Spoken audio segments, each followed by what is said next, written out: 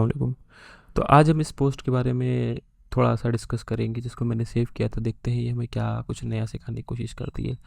तो इसमें लिखा हुआ है कि let's talk about actions, they are simple classes.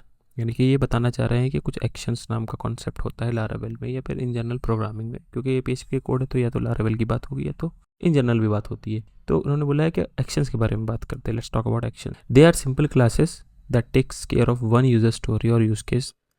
कह रहे हैं कि जो एक्शंस हैं वो भी क्लासेस ही होती हैं एक तरीके की। जैसे हमारी कंट्रोलर एक क्लास होती है या हमारी एक सर्विस एक क्लास होती है जिसके अंदर हम अपना कोड डालते हैं। उनकी वजूहत अलग अलग होती है। कंट्रोलर में कौन सी क्लास होती है, इसमें कौन सा कोड जाता है, या सर्विस क्लास में क्या जाता है। इसी तरीके से एक एक्शन नाम की भी हम क्लास बना सकते हैं या होती हैं। और उनका काम क्या होता है, फ़र्क क्या है। एक क्लास जो सर्विस क्लास है और एक क्लास जो कंट्रोलर क्लास है और एक क्लास अभी हमने बनाई लीजिए एक्शन क्लास, तो उसमें क्या फ़र्क होगा। तो इस क्लास में इन्होंने बताया है कि दे आर सिंपल क्लासेस, बहुत साधारण सी क्लासेस होती हैं और जो एक यूज़र स्टोरी या यूज़ केस को कवर कर रही होती हैं। यानी कि उनके अंदर जो काम होगा वो किसी एक यूज़र स्टोरी या यूज़र केस के बारे में। यूज़र स्टोरी मतलब कोई एक फीचर, कोई एक टास्क। यूज़ केस भी मतलब कोई एक केस कवर कर रही होगी। ठीक है, कोई भी केस हो सकता है वो। ठीक है, अब उन्होंने कहा इसके बेनिफिट क्या होते हैं।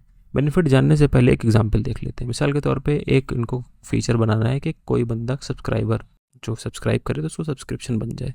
कोई भी चीज़ हो सकती है, यूट्यूब का सब्सक्रिप्शन हो सकता है, पेमेंट का सब्सक्रिप्शन हो सकता है, किसी भी तरीके का। जनरलाइज एग्जाम्पल है, आपको इसे ही समझ में आएगा। कोई भी वेबसाइट है, कैसा भी टास्क है, तो आप एक अप्रोच आपके सामने है। तो इन्होंने क्या करा, एक क्रिएट सब्सक्राइबर क्लास करके बनाई। जनरली हम क्या करते हैं, हमारे पास एक सर्विस होती है, उसमें हम एक फंक्शंस बना देते हैं अपने, लेकिन पहले इसको समझते फिर आएंगे उधर। इसके अंदर एक फंक्शन ने सिर्फ एग्जीक्यूट करके उसके वो क्या ले रहा है, कुछ डेटा ले रहा है और एक यूज़र का डेटा ले रहा है, यूज़र का मॉडल का मतलब डेटा ले रहा है। ठीक, और रिटर्न करेगा ये एक सब्सक्राइबर। ठीक है, तो ये रिटर्न टाइप मतलब ये हमारे टाइपिंग जो नए अब यूज़ होने लगे हैं मार्केट में। दूसरा ये कि पहले सबसे पहले तो उसने मॉडल से क्रिएट करा सब्सक्राइबर, जो डेटा पास होता है वो डेटा पास किया, प्लस डेटा में सब्सक्राइबर जब क्रिएट करते हैं तो यूज़र आई डी नहीं होती होगी तो वो यूज़र आई डी इधर से दे के दी थी।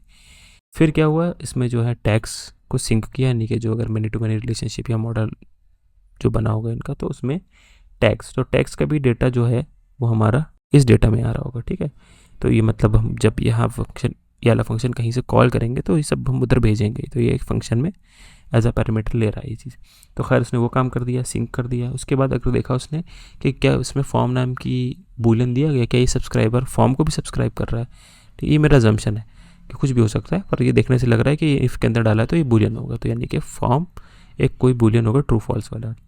किसी ने फॉर्म को ट्रू करके भेजा है तो एक इवेंट फायर होगा। इवेंट भी हम कभी पढ़ेंगे, वो भी समझ लीजिए सिंपल सा कुछ नहीं, वो भी एक क्लास होती है और वो उसका थोड़ा सा कॉन्सेप्ट कभी समझेंगे। फिलहाल के तौर पर भी समझ लीजिए, कुछ और एक्स्ट्रा काम करना है तो वो यहाँ कर सकते हैं। ठीक है, ये भी एक तरीके का एक्शन ही समझ लीजिए अभी के लिए आप। तो एक और क्लास है, उसके अंदर उन्होंने सब्सक्राइबर का डेटा भेज दिया जो भी बना है, और यूज़र का डेटा भेज दिया, वो कुछ करती होगी फॉर्म को सब्सक्रिप्शन के लिए, कुछ भी डेटाबेस में काम होता होगा।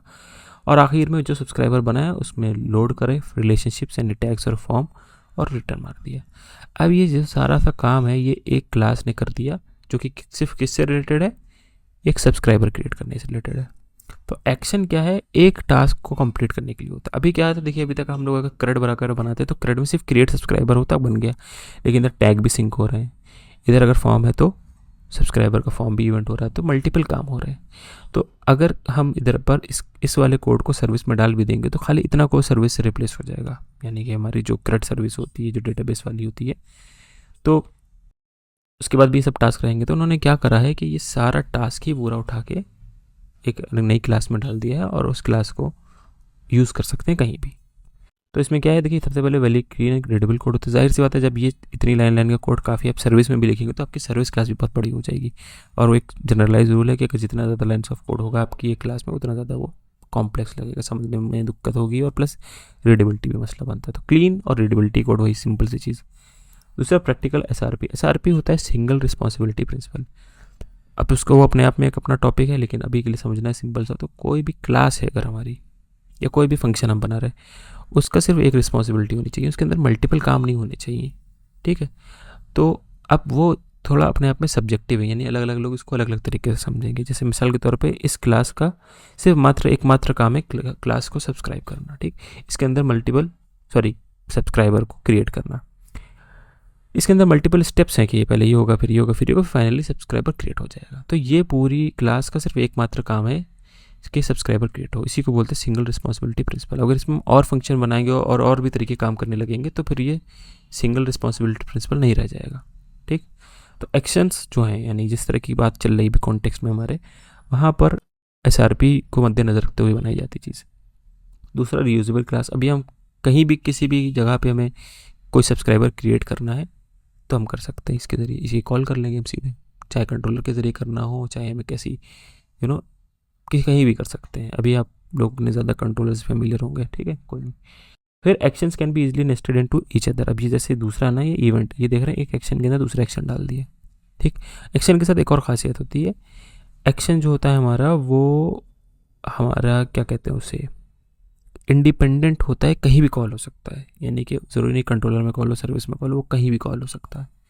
ठीक, वो कहीं रिक्वेस्ट से डिपेंडेंसी नहीं होती। देखिए, अब कहीं पर रिक्वेस्ट डाली गई कि कंट्रोलर में ही यूज़ हो पाए या कंट्रोलर के ज़रिए ही आगे बढ़ पाएगा, तो एक्शन दूसरे एक्शन के अंदर भी यूज़ हो सकते हैं। जैसे इन्होंने इवेंट वाला करा, ये भी एक तरीके का एक्शन ही अप्रोच होती है। जब हम लोग इवेंट पढ़ेंगे तो थोड़ा थोड़ा आपको सिमिलरिटी फील आएगी। तो बस ये उन्होंने समझाया एक एग्जाम्पल से कि हाँ, हम एक्शंस कैसे यूज़ कर सकते हैं। आजकल पॉपुलर कहीं कहीं आपको देखने को मिलेगा, ओपन सोर्स प्रोजेक्ट में भी, और लोगों में कहीं कहीं यूज़ कर रहे हैं इसको। तो देखते हैं इसका कैसे आगे जाता है, कभी कभी हम लोग भी यूज़ करते हैं इसको।